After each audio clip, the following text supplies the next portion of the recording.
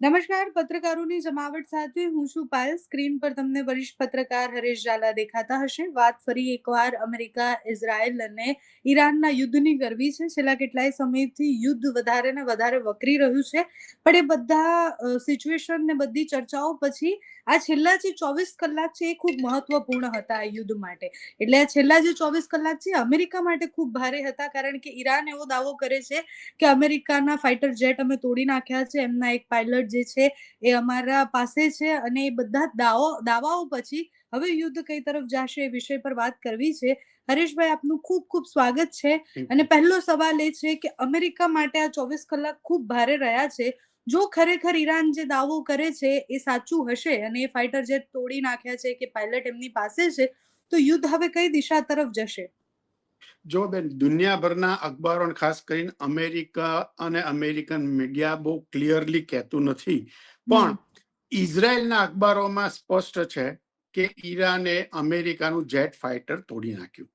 હવે કયું હતું એમાં આપણે નથી પડતા કે F-15E હતું કે F-35 હતું, એમાં આપણે નથી પડતા. એક જેટ ફાઇટર તોડ્યું એ હકીકત છે. હવે બે વસ્તુ અગત્યની છે આમાં. એક કે અમેરિકાની એર સુપિરિયરિટી ખૂબ જ વખણાય છે. ધારો કે તમે જ્યારે એમ કહો છો કે અમેરિકા અને ઇઝરાયલ બંને દાવો કરે છે કે અમે ઈરાનની તમામ મિસાઇલ સિસ્ટમ્સ, એના ડિપોઝ ખતમ કરી નાખ્યા છે, એની એર ડિફેન્સ સિસ્ટમ આખી ખતમ કરી નાખી છે. એ સંજોગોમાં અગર અમેરિકાનું જેટ ફાઇટર તોડી નાખ્યું છે તો એ સાબિત કરે છે કે ઈરાન પાસે હજી પણ એવા હથિયારો છે જે એના દેશનો બચાવ કરવા સાથે સાથે એ અમેરિકા અને ઇઝરાયલની હવાઈ તાકાત જે છે એને મુકાબલો કરી શકે એમ છે. સવાલ એ છે કે જેટ ફાઇટર તોડ્યું કે ક્રેશ થયું. અમેરિકાને જે દાવો કરવો એ કરે, ઈરાનને જે દાવો કરવો એ કરે. ઈરાનની ધરતી ઉપર એના પાર્ટ્સ પડ્યા છે એ હકીકત છે. ઈરાનની ધરતી પર અથવા તો ઈરાકમાં કે કુવેતમાં ક્યાંક આ જેટ ફાઇટરનો પાયલટ જમીન પર ઉતર્યો છે, હજી સુધી કોઈના હાથમાં નથી આવ્યો. અમેરિકાએ એના એર સર્વેલન્સ તરત જ મૂક્યા છે તરતા, એમણે પણ ક્યાંય ગતિવિધિ પકડી નથી. બે વસ્તુ આમાંથી સાબિત થાય છે. એક જ દિવસમાં એના હેલિકોપ્ટર્સ પણ ક્રેશ થવા દરિયામાં, બીજું એક પ્લેન ક્રેશ થવું. અમેરિકાની નબળાઈઓ ધીરે ધીરે ખુલી રહી છે. આપણે એવું નથી કહેતા કે ઈરાનના કારણે ખુલી રહી છે, પણ અમેરિકાની ખુદની નબળાઈઓ ધીરે ધીરે ખુલી રહી છે. કાં તો જેમ ઇઝરાયલની આર્મી માટે કહેવાય છે કે હવે 3 વર્ષના યુદ્ધથી થાકી ગયા છે. શક્ય છે કે અમેરિકાના આર્મીની પણ એ સ્થિતિ હોય કે વર્ષોથી સતત લડ કરતા હોય અને સતત ઘરથી બહાર રહેતા હોય, એટલે એક પ્રકારનું એમના પણ પ્રેશર કે ડિપ્રેશન કોઈ આવ્યું હોય અને ભૂલો થતી હોય એના કારણે ક્રેશ અથવા ટેકનિકલ સ્નેક્સના કારણે ક્રેશ થતું એવું પણ બને. હાલમાં એવું ચિત્ર દેખાઈ રહ્યું છે કે જમીન પર તો બરાબર છે, ઇઝરાયલ પરના હુમલા પણ વધ્યા છે. એ સ્પષ્ટ કરે છે કે અમેરિકા અને ઇઝરાયલ બે તાકાતવર દેશ આ નાના ઈરાન દેશને ઝુકાવી શક્યા નથી. આપણે આજે 35મા દિવસમાં છીએ અને 35મા દિવસમાં સામાન્ય રીતે આ દેશ અમેરિકા ઇઝરાયલ સામે ઉભો રહી શકવો જોઈએ નહીં, એના બદલે એ સામે બળિયો સાબિત થઈ રહ્યો છે. એટલે સર, ગઈકાલથી જે 24 કલાકની અપડેટ આવી એમાં અમેરિકાનું એવું કોઈ સ્પષ્ટ નિવેદન નથી. ઈરાન જે દાવો કરે છે, પણ જો ખરેખર પાયલટ ઈરાન પાસે છે એમનો, તો પછી અમેરિકા શું કરશે? કેવી રીતના એને પાછો લાવવાનો પ્રયાસ કરશે, કે પછી અમેરિકા સામે એટલા જ બળથી હુમલો કરશે? જો જે સમાચાર ઇઝરાયલ, ઈરાન અને મધ્ય પૂર્વના અખબારોમાં અને ત્યાંની એજન્સીઓ પાસે આવી રહ્યા છે, એમાં એવું છે કે આ પાયલટને શોધવા માટે અમેરિકાએ 2 દિવસની સીઝફાયરની પણ ઓફર કરેલી, જે ઈરાને ઠુકરાવી દીધી છે. હવે સવાલ એ છે કે આ પાયલટને છોડાવવા માટે શું કરી શકે છે. જો ડિપ્લોમેટિકલી તમારે જોવું હોય તો આના 2 જ રસ્તા છે. કાં તો તમારે તુર્કી, જેના અમેરિકા સાથે સારા સંબંધો છે, કાં પાકિસ્તાન, એના દ્વારા ઈરાનને સમજાવવું પડે. પ્રિઝનર ઓફ વોરની વ્યાખ્યા પ્રમાણે જો ન્યાયિક રીતે તમે જાઓ, નૈતિક રીતે તમે જાઓ, તો ઈરાન કંઈ કરી શકે નહીં સિવાય કે એની પૂછતાછ કરે. પરંતુ જે પ્રકારે તમામ ઇન્ટરનેશનલ લોઝ તોડવામાં આવી રહ્યા છે બંને પક્ષે, એ જોતા એવું નથી લાગતું કે જો એ ઈરાનના કબજામાં હોય તો ઈરાનની પ્રજા અથવા તો ઈરાનની સેનાના હાથ અડાડ્યા વગર છોડે. ઈરાનનો મુખ્ય હેતુ એ હશે એના પાસેથી જાણવાનો કે એને ક્યાંથી ટેક ઓફ કર્યું હતું, ત્યાં કેટલા ફાઇટર્સ છે, એને પાસે શું સ્ટ્રેટેજિકલ ઇન્ફોર્મેશન છે જે એમને કામ આવે. અમેરિકા માટે સૌથી અગત્યનું એ છે કે આ પાયલટ કઈ એને ઉગે નહીં, અને એ જો કે નહીં તો એના માટે સૌથી સારી વાત છે, પણ કહી દે તો શું થાય એ હવે એના માટે વિચારવાનો વિષય. એટલે અમેરિકાની ચિંતા બે રીતે, એક તો એનો પાયલટ, કારણ કે દેશમાં તમારે જવાબ આપવો પડે કે ભાઈ તમે શું કરતા હતા, કેવી રીતે આ થયું, તમે તો કીધું હતું કે અમે ઈરાનને ખતમ કરી નાખ્યું છે, હવે ઈરાનમાં કશું રહ્યું નથી, તો કેવી રીતે આપણું ફાઇટર પ્લેટ તોડી નાખ્યું, જે સૌથી સારામાં સારા ગણાય છે. અને પાયલટને તમે બચાવી પાછો લાવવામાં કેમ નિષ્ફળ રહ્યા, આ જે પ્રશ્ન થાય ને જનમાનસમાં, જયારે આ પ્રશ્ન સ્થાનિક લેવલે ઉપડશે ત્યારે ત્યાંની સરકાર, ડોનાલ્ડ ટ્રમ્પના એડમિનિસ્ટ્રેશનને જવાબ આપવામાં તકલીફ પડશે. અત્યારે પણ આપણે આ સ્થિતિ જોઈએ યુદ્ધની, તો અમેરિકા એક્ઝેક્ટલી કઈ દિશા તરફ જાય છે એ પણ નથી ખબર પડતી. એટલે ચાલુ યુદ્ધમાં તમે ચીફને હકાલપટ્ટી કરી દો કે પછી અત્યારે જે પ્રકારે નિવેદનો આવતા હોય, આપણને ખબર નથી પડતી કે એક્ઝેક્ટલી અમેરિકા ક્યાં સ્ટેન્ડ કરે છે. પણ એ બધાથી વધારે તમે જે ડિફેન્સની વાત કરી, એટલે વિયેતનામ વોરથી લઈને અત્યાર સુધીમાં એવું ક્યાંય બન્યું નથી કે અમેરિકા ક્યાંય નબળું પડ્યું હોય કે એના ફાઇટર જેટ તોડવામાં આવ્યા હોય. જો ઈરાન એ તોડવામાં કામયાબ છે અને જે દાવા કરે છે સાચા છે, તો અમેરિકા માટે કેટલું ખતરનાક આગળ પણ ટકવું, કારણ કે હવે ખબર છે કે ઈરાન પાસે એટલી ક્ષમતા છે કે એ સામે આવી રીતના બળવો કરી શકે છે.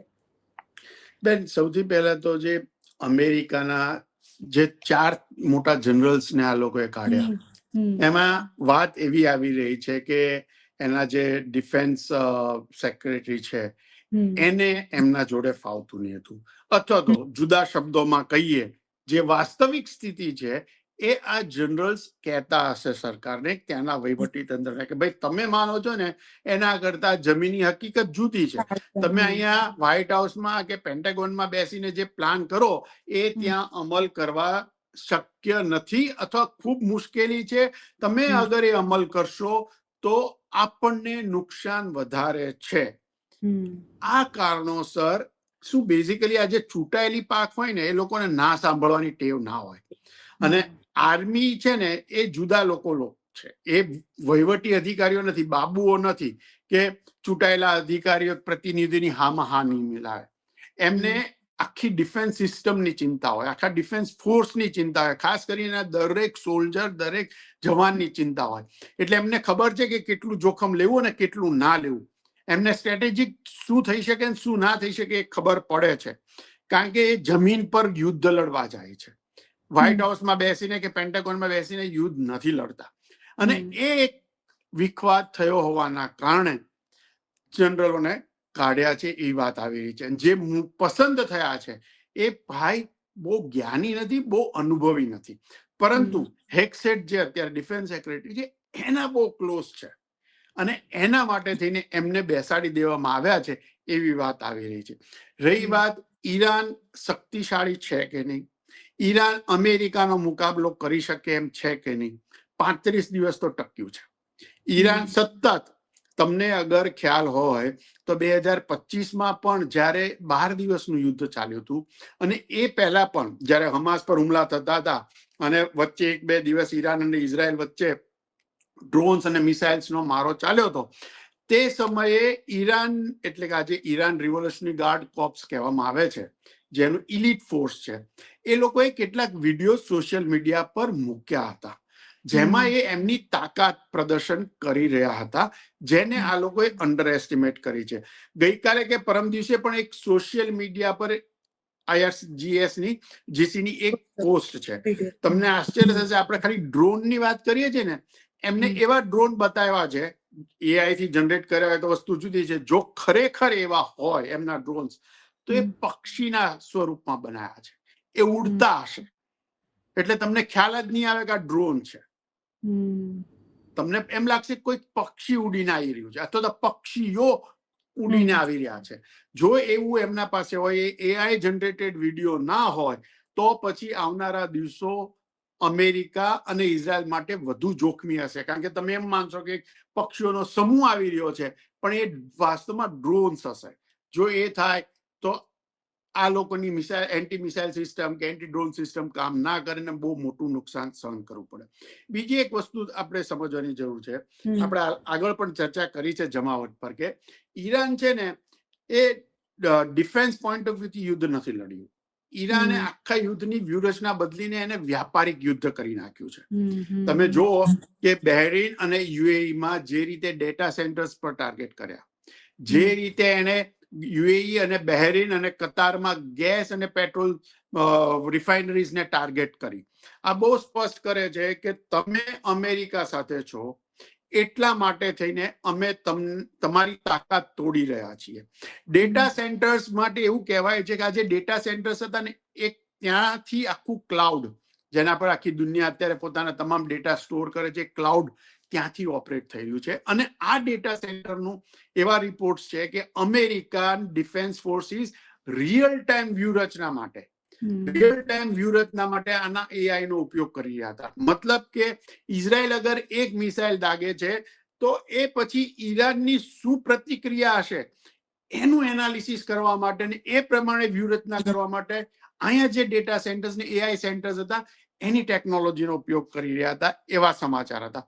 એટલે એમને નિશાન બનાવવામાં આવી રહ્યા છે કે ભાઈ તમારું બ્રેન જે છે ને, અમે તમારા બ્રેન ઉપર પણ એટેક કરી શકીએ છીએ. બીજો એક સીધો મતલબ આનો એ થાય કે અમેરિકા અથવા તો જે પણ વિકસિત દેશ છે એની જે ટેકનોલોજી કંપનીઝ, જે મિડલ ઇસ્ટના ખાસ કરીને બહેરીન હોય કે યુએઈ હોય કે સાઉદી અરેબિયા, જે કતર હોય, કે જેને એ સેફ હેવન, ઇન્વેસ્ટમેન્ટ માટેનું સેફ હેવન માનતા હતા, હવે એ સેફ હેવન નહીં રહે. ન કરે નારાયણને આ યુદ્ધ ધીમું બી પડી જાય, સીઝ ફાયર કાયમી ન થાય તો આવા છમકલા થતા રહે. તો એવા સંજોગોમાં એક ડ્રોન પણ તમારું ડેટા સેન્ટર અથવા તો ત્યાં કામ કરતા કર્મચારીઓનો વિશ્વાસ તોડી શકે છે. એટલા અહીંયા રોકાણ આવતા બહુ મોટી તકલીફ થશે. તમે જે આખું નામ ઊભું કર્યું છે કે સેફ હેવન છે, અહીંયા કોઈ તકલીફ નથી, કશું જ નથી, એ ઇમેજ આખી તોડી રહ્યું છે. એટલે અત્યારે સૌથી વધારે અગર તમે જોશો ને તો આક્રમક બહેરીન અને યુએઈ છે ઈરાનની સામે. યુએનમાં પણ જે રિઝોલ્યુશન આવ્યું એ બહેરીન લઈ આવ્યું હતું, જેને ચાઇના, રશિયા, ફ્રાન્સે રોક્યું છે, વોટ નથી થવા દીધું. યુએઈ વળતો હુમલો નથી કરતું કારણ કે યુએઈને ખબર છે કે વળતો હુમલો જો એ કરશે અને પછી જે ઈરાન ત્રાટકશે ને એનાથી યુએઈને ખૂબ મોટું નુકસાન થશે. અને યુએઈની ઇમેજ, જે શાંતિપ્રિય દેશ કે જ્યાં તમે આરામ ફરવા માટે જઈ શકો છો અથવા તો ઇન્વેસ્ટમેન્ટ કરી શકો છો, એની ઇમેજ સંપૂર્ણ સફાયો થઈ જશે. અને એટલા માટે થઈને ઈરાન બહુ સમજદારીપૂર્વક યુએઈ, બહેરીન, કતર, સાઉદી અરેબિયાના ઇકોનોમિક જે કહીએ એ હબ ઉપર હુમલા કરી રહ્યું છે. એટલે અગર 5 મિસાઇલનો માર ખાય છે ને તો એક ડ્રોનથી એવું નુકસાન કરે છે કે ઇઝરાયલ, અમેરિકા અને મિડલ ઇસ્ટના દેશો વચ્ચે જે સંબંધો છે એ દેશો વચ્ચે મતભેદ સર્જાય. અને એના કારણે એક સમય એવો આવે કે ટેકનિકલી તમે ટેકનોલોજી ડિફેન્સ વાઇઝ અમેરિકા કે ઇઝરાયલ સાથે હો છતાં પણ તમે ઈરાન સાથે બી સંબંધ રાખશો અને રશિયા અને ચાઇના સાથે પણ સંબંધ રાખશો. એટલે અમેરિકા અને ઇઝરાયલનું અત્યાર સુધી જે વર્ચસ્વ હતું આ 5-7 મુખ્ય ગલ્ફ રાષ્ટ્રોમાં, એ ઘટી જાય. સર, અત્યારે આપણે જે વાત કરીએ અને ટેકનિકલી પણ જોઈએ, તમે જેમ કીધું કે ડિફેન્સના મામલામાં આમ તો અમેરિકા પણ ખૂબ આગળ, ઇઝરાયલ જે રીતના યુદ્ધની શરૂઆત થઈ ત્યારથી બધું કર્યું એ, અને ઈરાન હવે જે સામે હુમલા કરી રહ્યા છે, આ બધા જ જેટલા તૈયાર દેખાય છે, શું બહુ જ પહેલાથી એમને એવી આશંકા હતી કે આવું કોઈ યુદ્ધ તો થવાનું જ છે ને, એટલે જ બધા આટલા બધા તૈયાર છે ત્રણેય દેશો? જો બેન, અમેરિકા દુનિયાનું સૌથી મોટું વેપન ઉત્પાદન કરતું દેશ છે. સમગ્ર દુનિયાને મોટા, આપણે એના 2 થી 3 વિભાગ હોય ડિફેન્સમાં, એમાં સૌથી વધારે મોંઘા હાઈટેક જે વેપન્સ છે ને એ અમેરિકા બનાવે છે અને દુનિયામાં એ પ્રભુત્વ ધરાવે છે. એની સામે રશિયા છે, ફ્રાન્સ છે, યુકે છે અને ચાઇના છે. ઓકે, હવે સવાલ એ આવે છે કે ઈરાન તૈયારી, કારણ કે જો ઇઝરાયલ તો વર્ષોથી લડાઈ કરી જ રહ્યું છે, એ પછી હમાસ સામે હોય કે સિરિયા સામે હોય કે લેબનોનમાં હિઝબુલ્લા સામે લડતું હોય કે ક્યારેક ઇજિપ્ત પર બી મારો કરી આવ્યું હોય, ઈરાકમાં એનો રોલ મોટો હતો, લિબિયામાં એનો રોલ મોટો હતો. એટલે એ બધી જ જગ્યાએ, અફઘાનિસ્તાનમાં એનો રોલ, એ બધી જ જગ્યાએ યુદ્ધ લડવામાં એ આગળ જ હોય છે. એના પાસે પૈસા નથી, પૈસા વધારે આવે છે અમેરિકાથી, વેપન્સ આવે છે અમેરિકાથી. સવાલ આવે છે ઈરાનનો. ઈરાન માટે એવું હવે ઇવન અમેરિકા અને ઇઝરાયલના ડિફેન્સ એનાલિસ્ટો, સ્ટ્રેટેજિશિયન્સ કહે છે કે આ 20-30 વર્ષની તૈયારી છે. એવું કહેવાય છે કે ઈરાને, અમેરિકાએ વિયેતનામમાં કઈ રીતે યુદ્ધ નીતિ અપનાવી, લિબિયામાં કઈ રીતે યુદ્ધ નીતિ અપનાવી, ઈરાકમાં કઈ રીતે યુદ્ધ નીતિ અપનાવી અને અફઘાનિસ્તાનમાં કઈ રીતે યુદ્ધ નીતિ અપનાવી, એ તમામ યુદ્ધ નીતિઓનો અભ્યાસ કર્યો છે. અને એના કારણે જ એને જે આખી સિસ્ટમ ઊભી કરી કે એને મુખ્ય માથાઓ ની હત્યા થવા છતાંય 35 દિવસથી, જેને એમ કે ને કે લીડરશિપ વગરનું કન્ટ્રી છે, એક કન્ટ્રી અને એનો ફોર્સ 35 દિવસથી લડી રહ્યું છે. એ બતાવે છે કે એ લોકોની તૈયારી લાંબી હતી. સેકન્ડ ઇમ્પોર્ટન્ટ થિંગ જે સૌથી વધારે મહત્વનું છે એ છે કે અમેરિકા જે ધારતું હતું ને કે ઈરાનને પાડી દઈએ, ઈરાનના ઓઇલ પર કબજો કરી લઈએ એટલે વેનેઝુએલાનો ઓઇલ પર બી કબજો થાય, ઈરાનના ઓઇલ પર બી કબજો થાય, એટલે ચાઇનાનું નાક દબાશે. ચાઇના શ્વાસ નહીં લઈ શકે કારણ કે એનું મોટા ભાગનું તેલ આ બે દેશમાંથી આવતું હતું. એટલે ચાઇનાની આર્થિક કરોડરજ્જુ તૂટી જાય. ચાઇના ચૂપ છે, પણ ચાઇના સાવ ચૂપ નથી. ચાઇના પડદા પાછળ ઈરાનને મદદ કરી રહ્યું છે. ઈરાનને મદદ કરવા માટે અરેબિયન સીમાં એક જહાજ ઉતાર્યું છે જે ડિબ્યુક કરી છે, અને એ સ્પાઇંગ માટે, સેટેલાઇટ સર્વેલન્સ અને ઇન્ટેલિજન્સ ગેધરિંગ માટે અત્યારના સમયકાળમાં સૌથી આધુનિક ગણવામાં આવી રહ્યું છે. એને રિયલ ટાઈમ ઇન્ટેલિજન્સ પ્રોવાઈડ કરી રહ્યું છે. રશિયા તો કરી જ રહ્યું છે, ચાઇના પણ કરી રહ્યું છે. અને આ સૌથી મોટી, આજે છેલ્લા 15-20 દિવસથી આપણે ઈરાનની જે પ્રિસાઇઝ સ્ટ્રાઇક જોઈ રહ્યા છીએ ને, એમાં આ બે મહત્વના પરિબળો છે. રિયલ ટાઈમ તમને મુવમેન્ટ સાથેની ઇન્ટેલિજન્સ મળવી, અને એના કારણે ઈરાનની તાકાત આપણને વધારે દેખાઈ રહી છે. એટલે ઈરાને તૈયારી કરેલી. ઈરાન એકલું ના પડી જાય. સાઉદી એટલે અખાતી દેશોમાં ચાઇના અને રશિયા બંને પોતાનો પગ દંડો જાળવી રાખવા માંગે છે, અને એટલે એમની ઈચ્છા છે કે ઈરાન, ઇઝરાયલ અને અમેરિકા સામે તૂટે નહીં. એટલે ત્યાં સુધી એને ટેકો આપશે જ્યાં સુધી ઇઝરાયલ અને અમેરિકા હાંફી ના જાય. જે દિવસે એમને દેખાશે કે હાંફી જ ગયા છે અને ઈરાન કદાચ વધારે તાકાતવાર બનાવીશું તો એ જીતી જશે, તો એ બી આપણા કંટ્રોલમાં નહીં રહે, તેથી આ ધીરે ધીરે પાછા ખસી જશે બંને દેશો. એટલું જ મદદ કરશે જેટલો એમનો કંટ્રોલ રહે એના ઉપર. ઈરાને તૈયારી કરેલી, પણ સાથે સાથે આ બે દેશોની પણ બહુ ખૂબ મોટી ભૂમિકા છે એને ટકાવી રાખવામાં. આનાથી બહુ મોટો ફાયદો ચીનને થવાનો છે. આવનારા દિવસોમાં સાઉદી અરેબિયા, યુનાઇટેડ અરબ અમીરાત, બહેરીન, કતર, કુવેત, આ બધા દેશો ચીન સાથેના સંબંધો વધુ મજબૂત કરશે, ડિફેન્સ અને આર્થિક રીતે બંને. હવે માત્ર અમેરિકામાં ઇન્વેસ્ટમેન્ટ નહીં થાય, અહીં યુરોપમાં ઇન્વેસ્ટમેન્ટ નહીં થાય, અહીંયા પણ થશે. એટલે યુદ્ધ આમ 3 દેશો લડી રહ્યા છે, પણ અમુક દેશો જાતે જ યુદ્ધ જીતી રહ્યા છે અંદરો અંદર. છેલ્લો સવાલ છે સર કે અત્યારની પરિસ્થિતિ, આપણે દર વખતે જ્યારે ચર્ચા કરીએ ત્યારે દર વખતે છેલ્લો સવાલ એ જ હોય કે અત્યારની પરિસ્થિતિ જોતા શું લાગે છે કે હજુ આ વધારે આક્રમક બનશે, કે હવે જે રીતના ઈરાન આક્રમક બન્યું છે એનાથી થોડા ટાઢા પડશે બંને દેશો, અને કાંક હવે વિચાર એવો આવે કે હવે સીઝ ફાયર કરવાનો સમય છે? બેન, રિપોર્ટ પ્રમાણે તો અમેરિકાની ખૂબ જ મોટી ઈચ્છા છે કે સીઝ ફાયર થાય, કારણ કે ડોનાલ્ડ ટ્રમ્પના પગ દબાયો છે. એને એટલો અહેસાસ થઈ ગયો છે કે આનાથી અમેરિકાને નુકસાન છે, અને લાંબા ગાળે અમેરિકન પ્રજા સામે સવાલો જ્યારે આવશે ત્યારે એના જવાબ આપવા નહીં હોય, પહેલી વસ્તુ. સેકન્ડ થિંગ, આ યુદ્ધ કેવું ચાલશે? આ યુદ્ધ ચાલતું રહેશે એવું દેખાઈ રહ્યું છે. નજીકમાં એનો અંત નથી. બીજી એક વસ્તુ તમને કહું કે અગર એક ઇઝરાયલ સતત કોશિશ કરી રહ્યું છે કે આ સમાધાન થાય નહીં. તમે એક વસ્તુ સમજી લો, જેમ કે અત્યારે જયારે આટલું બધું યુદ્ધ ચાલતું હોય ત્યારે તમે ત્યાં ફાંસીની સજાનો કાયદો શું કામ લાવો છો? પરિણામ શું આવ્યું? પરિણામ એ આવ્યું કે જેટલા અખાતી દેશો છે, મુસ્લિમ રાષ્ટ્રો છે, ત્યાં દેશભરમાં લોકો રસ્તા પર ઉતરી આવે જે તે સરકારની વિરુદ્ધ કે ઇઝરાયલનો વિરોધ કરવા માટે. કરે છે ઇઝરાયલનો વિરોધ, સ્થાનિક સરકાર માટે જોખમ છે, લોકો રસ્તા ઉપર આવે. એટલે ઇઝરાયલ નથી ઈચ્છતું કે આ એકેય દેશમાં શાંતિ રહે. હા, એની એટલી ઈચ્છા ચોક્કસ છે, એની અને અમેરિકા સાથે જે દેશો છે, પછી UAE, Bahrain, Qatar, Saudi Arabia, એનું વજૂદ ટકી રહે, એને નુકસાન ન થાય. પરંતુ ઈરાનની સ્ટ્રેટેજી સામે એની સ્ટ્રેટેજી ફાવતી નથી. ઈરાન હવે એવું કહે છે, હું તને નહીં મારી શકું ને એટલે હું તારા દોસ્તાર જે નબળો છે ને ડિફેન્સમાં, હું એને મારીશ.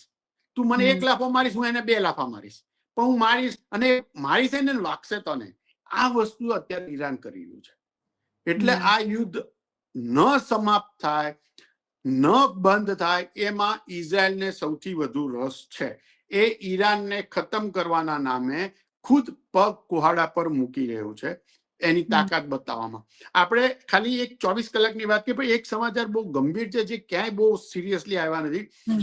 ઇઝરાયલનું એક નિવેટિમ એરબેઝ છે, રિપોર્ટ એવા આવી રહ્યા છે કે એના ઉપર ઈરાનના મિસાઇલ્સ દાગવામાં આવેલા અને લગભગ 40 જેટલા F-35 ફાઇટર્સ ત્યાં નેસ્ત નાબૂદ થયા છે.